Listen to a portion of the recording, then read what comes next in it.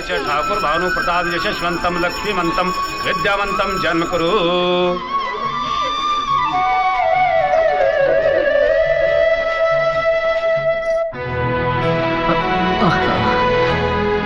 एक मिनट मालिक। ये देखिए जी आपका पल्लू सरक रहा है। हाँ, ठीक कर। अरे सीधी खड़ी हो। हाँ हाँ हाँ हाँ ये गिरोमा प्रसाद मंदिर गया था, बाबूजी के लिए अर्चना की थी। पहले ये बता, सुबह से तूने कुछ खाया है या नहीं? बाबूजी के लिए उपवास रखा है ना। ये लो, ये पूरी तस्वीर ले लीजिए प्रसाद। प्रसाद ये कहां से आया? हमारे यहाँ काम करने वाले एक आदमी ने आपकी लंबी उम्र की अर्चना की है।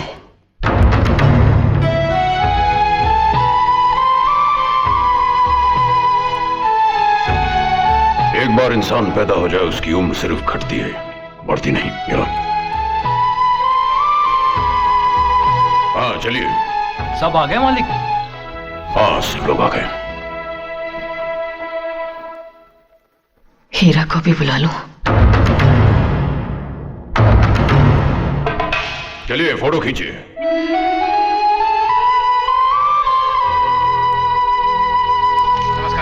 राम राम मालिक। नमस्कार। बैठो बैठो बैठो।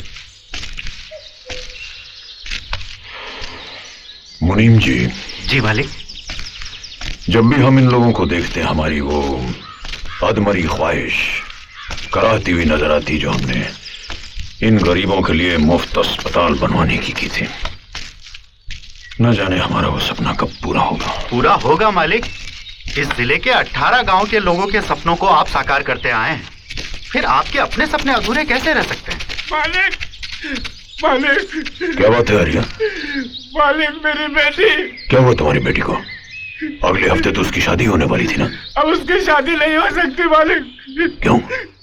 केवड़ा ठाकुर ने। क्या किया केवड़ा ठाकुर ने? मेरी लुगाई केवड़ा ठाकुर के घर में काम करती है। कल एकाएक उसकी तबीयत खराब हो गई तो मेरी बेटी कमली काम पर गई।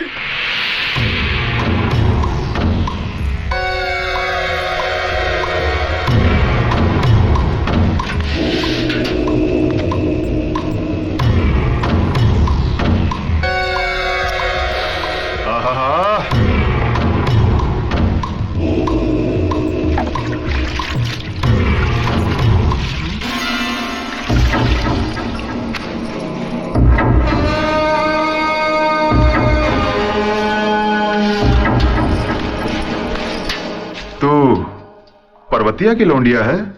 हाँ मालिक। तेरा ब्याह होने वाला है ना? हाँ मालिक। तुझे पता है सुहागरात क्या होती है? बिल्ली मारना किसे कहते हैं जानती है? मर्द को कैसे खुश किया जाता है कुछ पता है मर जानिए? नहीं पता? मुझसे सीख ले। इस काम में औरत को माहिर होना चाहिए, नहीं तो मर्द घर से बाहर निकाल देता है। चला जा। पंचायत में शिकायत करके सारे गांव में बेइज्जत करूंगी, छोड़ूंगी नहीं। ये क्या? वो लड़की कहाँ गई? खेतों की तरफ मालिक। कह रही थी कि पंचायत में शिकायत करेगी। अच्छा, आग लगी भी नहीं और धुआं उठ गया।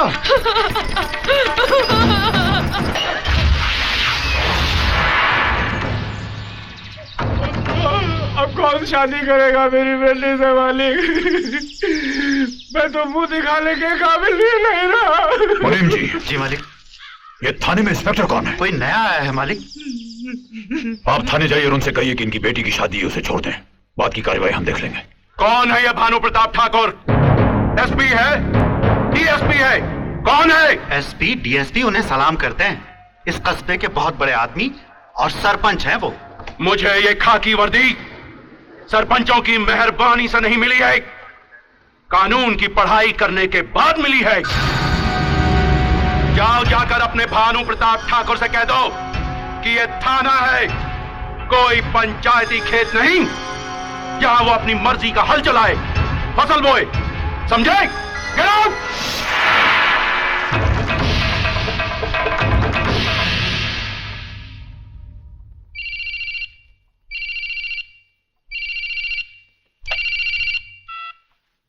देशराज ठाकुर। ठाकुर साहब, कोई ठाकुर भानु प्रताप का आदमी आया था इस लड़की की जमानत के लिए। अच्छा, आग लगी भी नहीं और धुआं उठ गया? मैंने लड़की को नहीं छोड़ा। अरे मरजानिया, छोड़ना भी नहीं, मुंह मांगी रकम दूंगा। अरे सुन, अरे मरजानिया सुन ना, बासमती चावल, मसूर की दाल और एक देसी घी का डिब्बा तेरे घर भिजवा रहा हूं। ठाकुर साहब, आप बेफिक्र रहिए, ये लड़की इस थाने में ही सड़ेगी।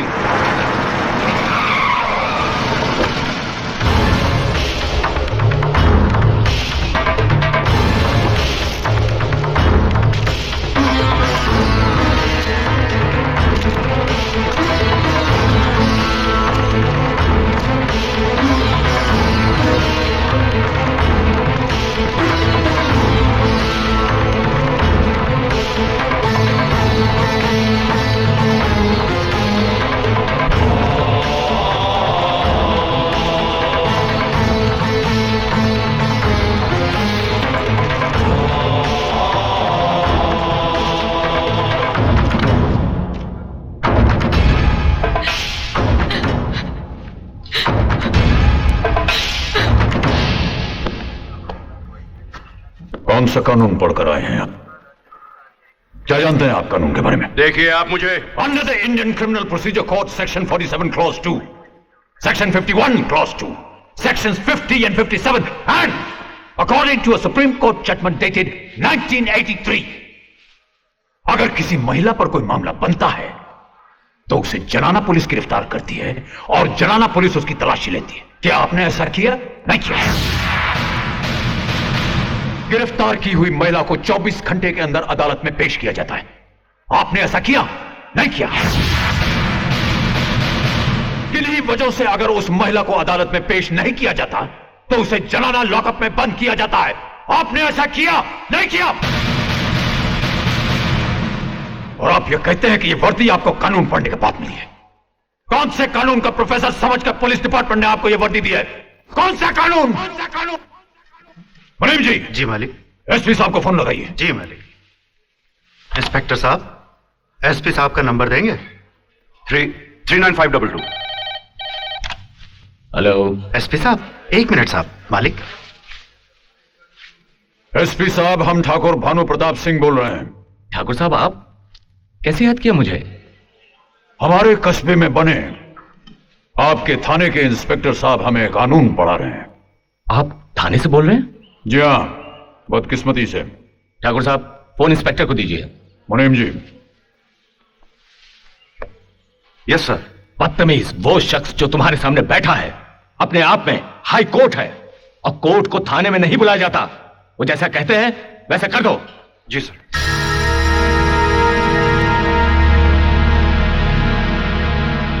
लड़की को छोड़ दो। छोड़ दिया सर।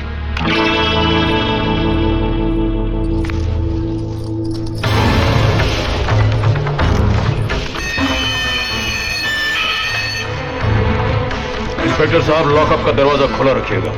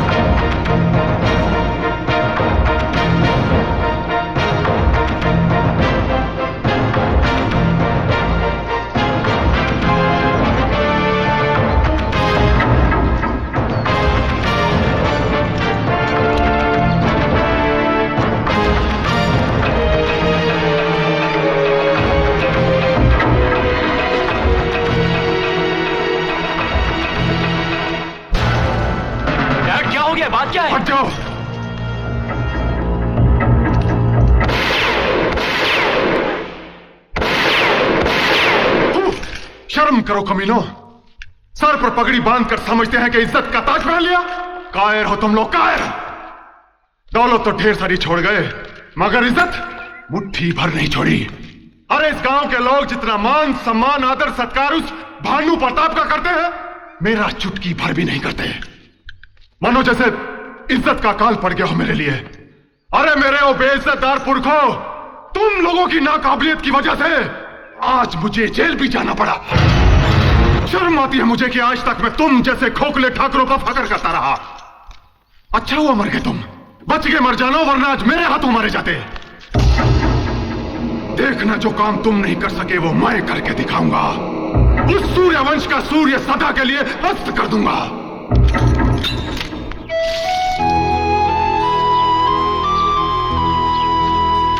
हीरा जी भैया। शहर से कुछ खास मेहमान आ रहे हैं, गेस्ट हाउस जाकर वहां की साफ सफाई करवा दो, वो लोग वहीं रहेंगे। जी अच्छा। ठीक है। दीदी सीधी बैठो ना। भाभी शहर से कौन आ रहा है? देवर जी, तुम जानकर क्या करोगे? हाँ मैं जानकर क्या करूंगा। तो फिर जैसे तुम्हारे भैया ने तुमसे कहा है जाके करवा दो। ये कैसे मेहमान आ रहे हैं? पता नहीं, कोई खासी होंगे। अरे मेहमान तो सारे खासी होते हैं हीरा, लेकिन हम उनकी सेवा करते करते साला आम और गुठली बन जाते हैं। अरे फुलवा, क्या तेरा बच्चा रो रहा और तू भेड़ों को फुदका रही है? क्या करूं, अकेली हूँ, का संभालूं? अरे ला मत, हम लोग भेड़ों को संभालते, तू जा करके बच्चे को दूध पिला दे।